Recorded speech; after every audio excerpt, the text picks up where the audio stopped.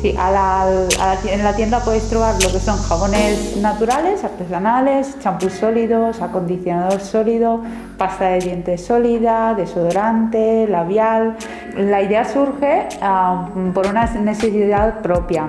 Nosotros pues nos pasamos mucho tiempo mirando etiquetas y en realidad pues nos sentíamos un poco engañados a veces y queríamos para nosotros, para nuestra piel, pues un cuidado diferente, productos naturales, y empezamos a ver pues cómo podíamos fabricar-lo nosotros.